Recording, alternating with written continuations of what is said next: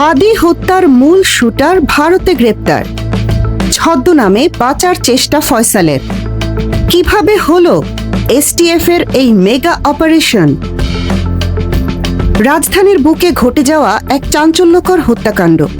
প্রকাশ্য দিবালোকে চলন্ত অটোরিকশায় নির্মমভাবে বুলেটে ঝাঁঝরা করে দেওয়া হয়েছিল শরীফ ওসমান হাদিকে, যে হত্যাকাণ্ডের দৃশ্য পুরো বাংলাদেশকে স্তব্ধ করে দিয়েছিল, যে ঘটনার বিচার চেয়ে রাজপথ থেকে শুরু করে সামাজিক যোগাযোগ মাধ্যমে উঠেছিল প্রতিবাদের ঝড়।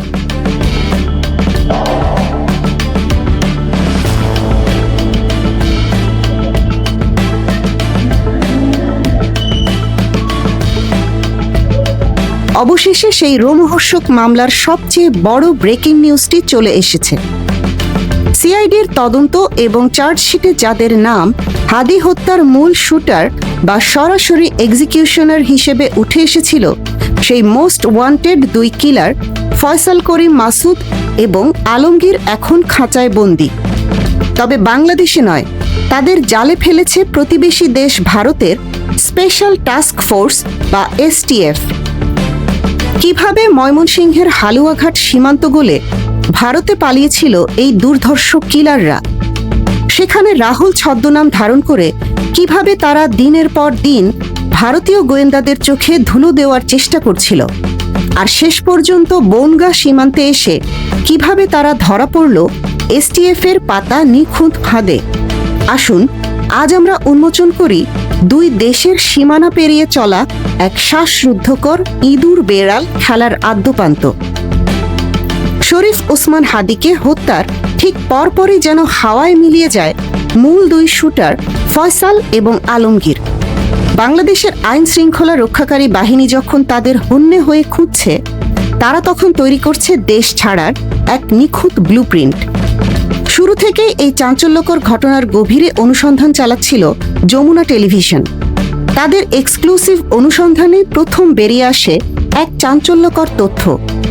বাংলাদেশের সীমানা পেরিয়ে তারা ব্যবহার করেছিল ময়মনসিংহের হালুয়াঘাটের একটি অত্যন্ত দুর্গম এবং গোপন রুট।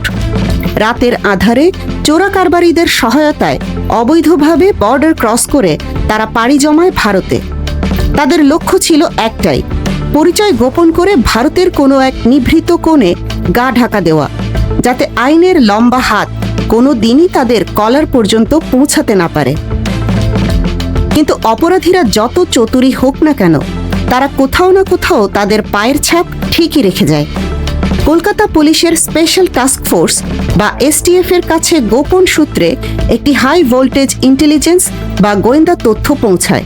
তারা জানতে পারে বাংলাদেশে খুন, চাঁদাবাজি সহ একাধিক ভয়ঙ্কর অপরাধের দাগি দুই আসামি অবৈধভাবে সীমান্ত পেরিয়ে পশ্চিমবঙ্গে অবস্থান করছে।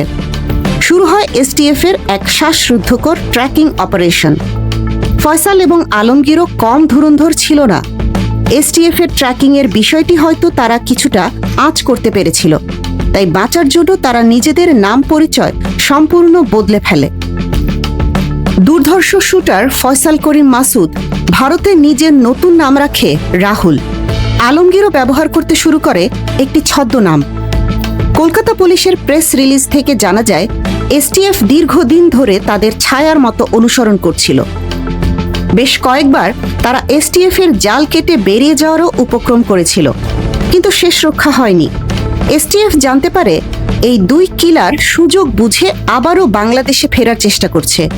ঠিক সেই মুহূর্তেই বনগাঁ সীমান্ত এলাকায় তাদের ওপর বাজ পাখির মতো ছোঁ মারে এসটিএফ।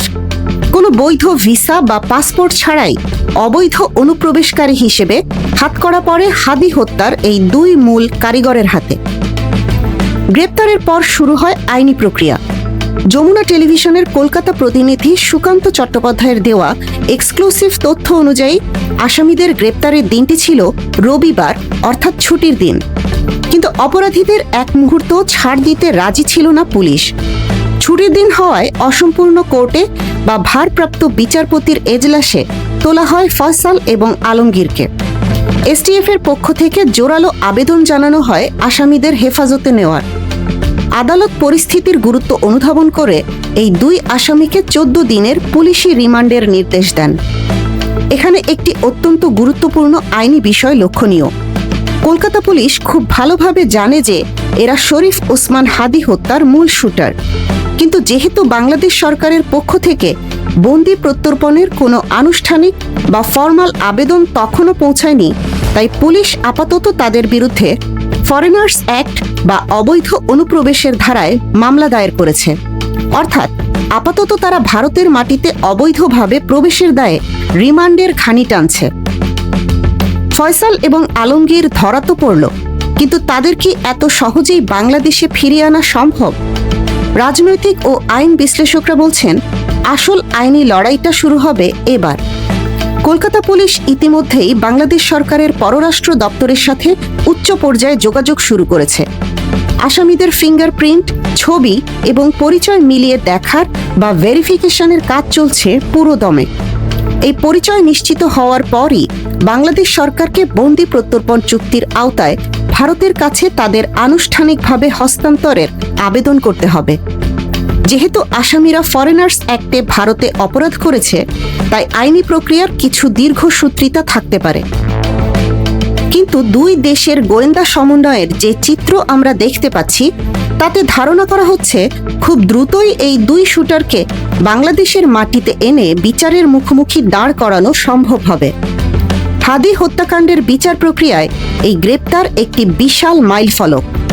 এখন দেখার বিষয় 14 দিনের এই পুলিশি রিমান্ডে এসটিএফ এর জেরার মুখে ফয়সাল এবং আলমগীর আর কি ভয়ঙ্কর তথ্য ফাঁস করে। হাদি হত্যার নির্দেশ আসলে কার কাছ থেকে এসেছিল? হত্যার পেছনে আর কোন কোন রাঘব বোয়ালের নাম লুকিয়ে আছে? এই সব প্রশ্নের উত্তর হয়তো লুকিয়ে আছে বনগাঁ থেকে গ্রেপ্তার হওয়া এই দুই আসামির জবানবন্দিতে। সত্য যতই আড়াল করার চেষ্টা হোক না কেন, তা একদিন ঠিকই দিনের আলোয় বেরিয়ে আসে। হালুয়াঘাটের অন্ধকার সীমান্ত পেরিয়ে যারা ভেবেছিল চিরকালের জন্য ধরা ছোঁয়ার বাইরে চলে গেছে, আজ তারাই রিমান্ডের সেলে বসে গুনছে তাদের পাপের দিনক্ষণ। বাংলাদেশ ও ভারতের এই যৌথ আইনি ও কূটনৈতিক প্রক্রিয়ার শেষ পরিণতি কি হয়?